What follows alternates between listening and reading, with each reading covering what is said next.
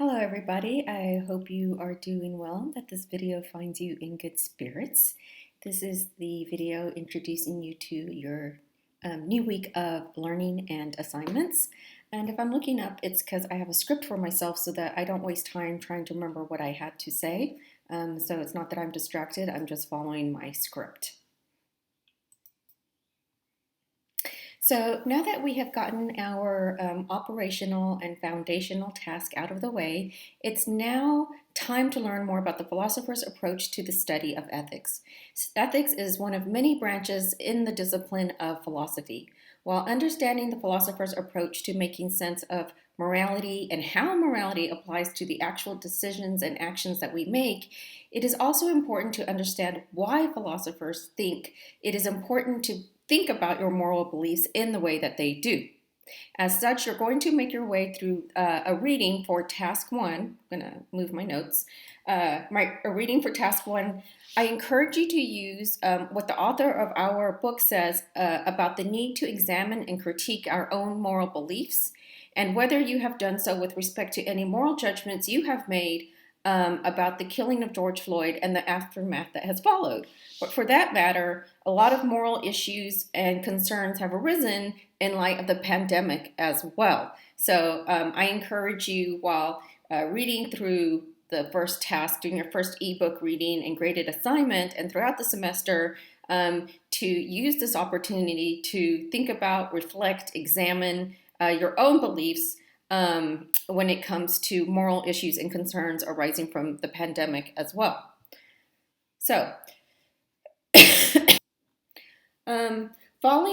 following the reading-based learning on the philosophical branch of ethics is an interactive lesson focused on the character traits of good thinkers, good learners, and good communicators. You will find that mindfulness of the respectful traits will help you in learning about the philosopher's approach to ethics, while you also reflect on, examine, and defend your beliefs about right and wrong, good or bad.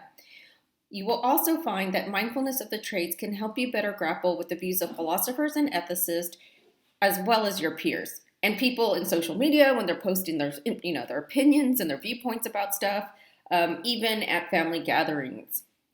Okay, so not only that, but mindfulness of the traits can help you do better in other classes and even beyond the college setting. In fact, my study of the traits have helped me in my personal relationships, especially in my marriage.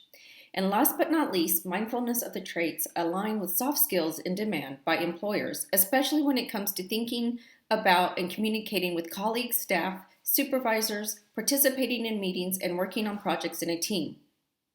You're going to get an initial introduction to the intellectual virtues during this week's learning. You will be introduced to more virtues, or not more virtues, but you will get a more in-depth look at 4 of the virtues that are covered in the general introduction, but the more in-depth look won't come until another week.